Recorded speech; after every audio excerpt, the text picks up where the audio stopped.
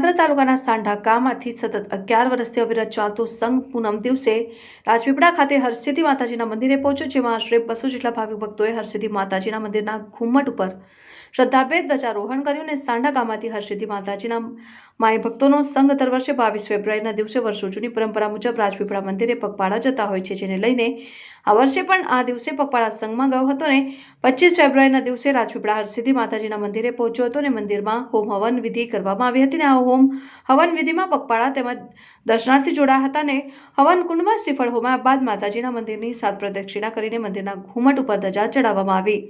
આ સમગ્ર પગપાળા સંઘનું સંચાલન માતાજીના ભુવાજી જસુભાઈ પરમાર અને સાંઢા હરસિદ્ધિ મંદિર કાર્યકર્તા કરી રહ્યા હતા અને મહાપ્રસાદી બાદ પગપાળા યાત્રાળુઓ પોતાના ઘરે પરત ફર્યા અને રાજપીપળા હરસિદ્ધિ માતાજીના મંદિરના ઘુમ્મટ ઉપર માઈ ભક્તો ધજા પારગા તાલુકાના સોંઢા ગામેથી તારીખ 22/2/2024 રોજ પગપાળા સંઘ યાત્રા સોંઢાથી રાજપીપળા આવ્યા અને રાજપીપળામાં 25/2/24 રોજ હવન યજ્ઞ કરીને 5 વખત પ્રદક્ષિણા કરીને